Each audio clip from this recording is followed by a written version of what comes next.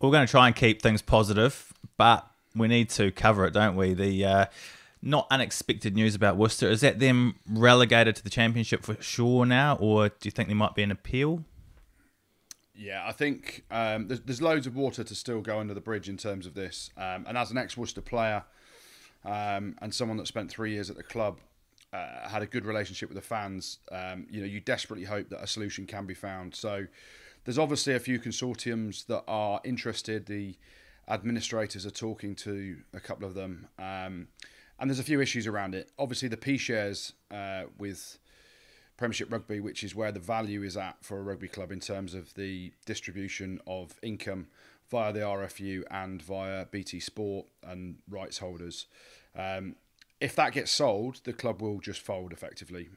So if they're not allowed to keep the P shares as part of a new takeover, then the value of the rugby club is unfortunately very minimal. Then the land will get sold off, and the club would probably have to, run off a very small budget with, little grounds or whatever and find a new ground. And it will just be the absolute death of the rugby club, which I'm sure people, whether you're involved in the club, whether you're, someone like Jim, I suppose, myself, I desperately don't want it to happen. It's a big week for Wasps as well, isn't it, Goody? And you mentioned Dallaglio's comments. He's been copping it on social media. Was he insinuating that they should be treated differently because of their profile than Worcester? There's a few defining differences between the two situations, and I think what Lawrence has gone down. Listen, Lawrence is on the board of directors at Wasps Rugby Club, so he's going to go into bat for that club. That's his history. He was a one-club man there. It's a delicate situation. A few of Lawrence's words were perhaps taken in a way that was considered a little insensitive to Worcester. Now, Lawrence is going to bat for Wasps, and he looks at the situation, and I think the facts of the matter are around Wasps. What Lawrence is trying to say is there's 5 businesses overall involved with Wasps, and obviously the stadium, the rugby club, obviously a few of the parts of that where it's all to do with getting people into the stadium as a business for various different events. Park the rugby's completely separate. And so what Lawrence is saying is around because of the COVID pandemic, a lot of the other parts of the business haven't been functioning, which is why they're overall now in a position where they're looking at going into administration. So he was trying to say it's affected by the COVID pandemic, whereas I think he was kind of insinuating, and we've all insinuated a little bit, that Worcester's situation, their demise, is down to shocking mismanagement by the two owners. Obviously, COVID's played its part in that, and what he's trying to do is fight for his club, right? And I completely understand it from Lawrence's point of view. I completely understand it from another fan's point of view that's saying, what's good for the goose is good for the gander. So if that's what's happened to Worcester... Hang on, which is what?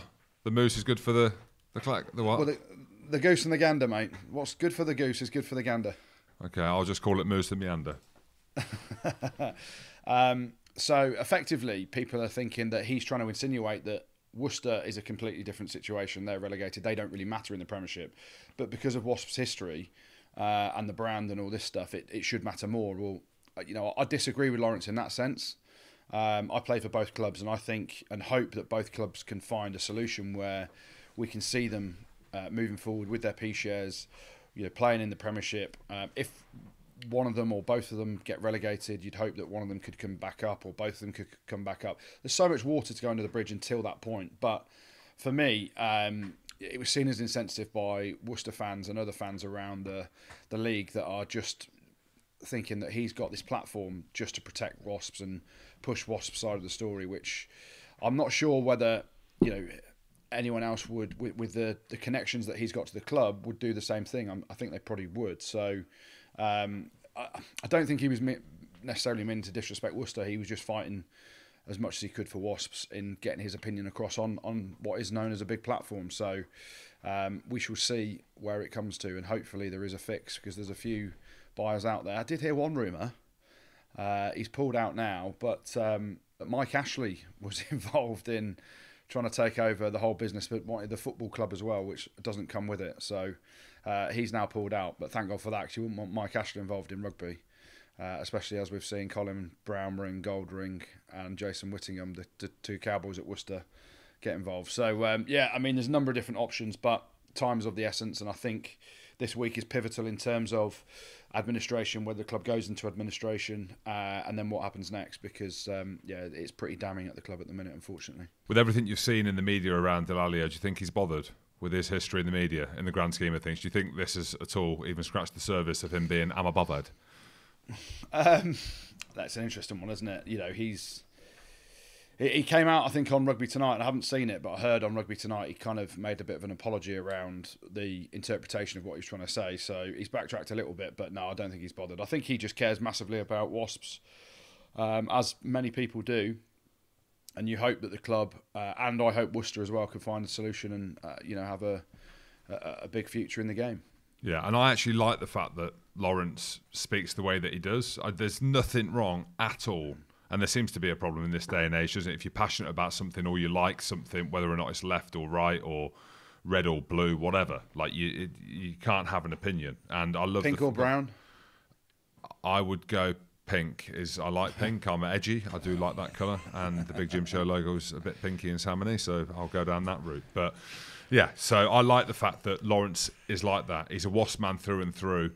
And then lastly, on the Mike Ashley thing, I am glad, and I'm not a big Wasps fan, but they're in Coventry, so maybe there's a little bit subconsciously that is. But imagine Mike Ashley taking over, all the lads are getting given sport and soccer boots, and literally as soon as they hit the pitch, the feet are falling through, like they're splitting in half. Sport and soccer t-shirts, they literally get tackled once. Next thing, their busts start bollock naked on the pitch because it all falls off. I mean, they are a disgrace of a company. I think they own Evans Cycles as well. So, don't you mean Sports Direct, Jim?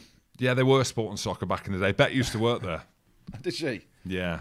Salt Free of the earth, boots? didn't she? Salt of the earth, yeah. But as I said, my toes ringing out the back of them. That's how bad they were. My toes ringing out the back.